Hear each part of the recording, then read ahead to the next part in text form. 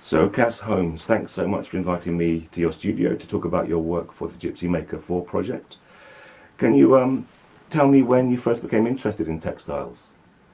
I was an undergraduate at the time at Maidstone College of Art, now the University of Creative Arts, and my very first project was to use old materials that students had left behind, and I was given this canvas. Whatever I painted on the top, the painting underneath kept coming through, and in desperation I just ripped the canvas to pieces. And then I thought, I've got to use it, this is part of the project. And I stitched it back together, and I really think I haven't looked back since. This whole idea of destroying something to make anew.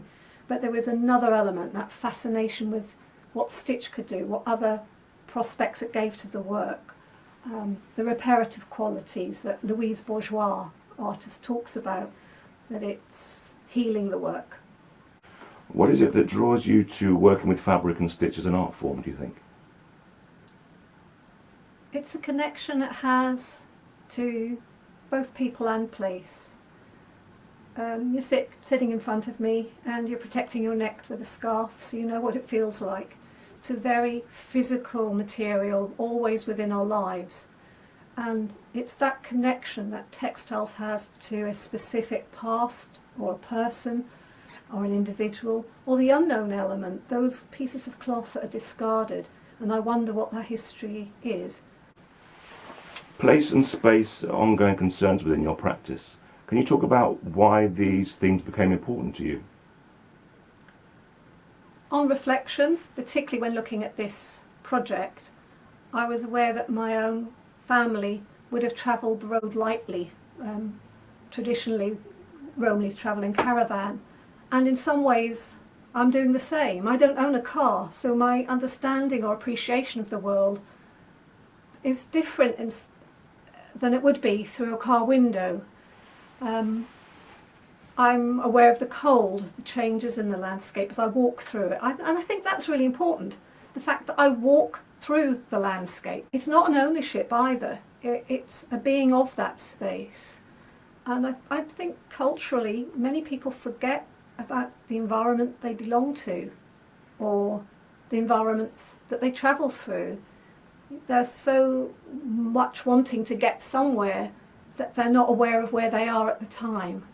So for me, place is wherever I am and what I enjoy about it, and asking others through my work to maybe ask questions about their own place and how important it is, particularly today.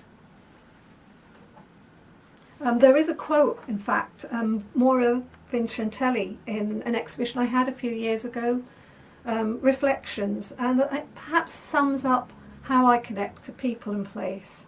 I'm going to read it here. The stories and imagery to be found in the everyday and commonplace are a constant source of inspiration for projects and collaborations of Cass Holmes. Her works often contain snippets of text or discarded materials that have associations with place or conjure up memories. There is always a dialogue with the materials she uses. They bring their own history, which is woven into the work.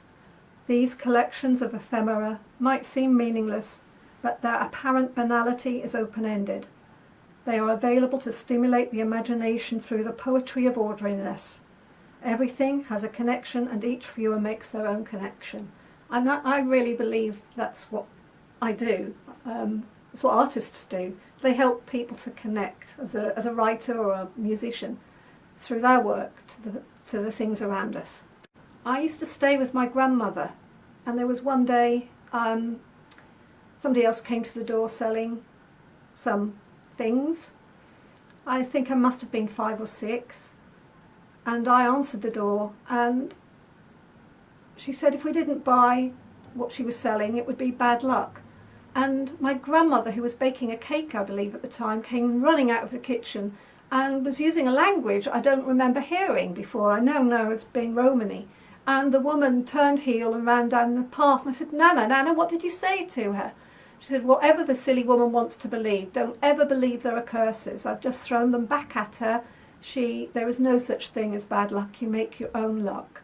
And then I realised there was a connection to something other than what I had previously understood about myself. It's only as I matured, I had mixed feelings about that relationship with my gypsy culture. It wasn't an easy one to grow up with as a child.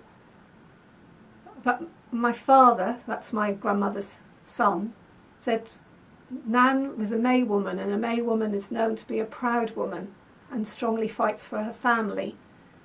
And there were certain things about the story she told, leading families out to the fields around Norwich when Norwich was being bombed and putting up benders so they could be protected outside in Norwich. Standing up for things she thought was right. It's taken me a long time for me to become myself, if you like, and to acknowledge that I have that ancestry. And I believe in the last 15 to 20 years, I've not only acknowledged it, I really want to talk about it. I think it is important to who I am and how I work.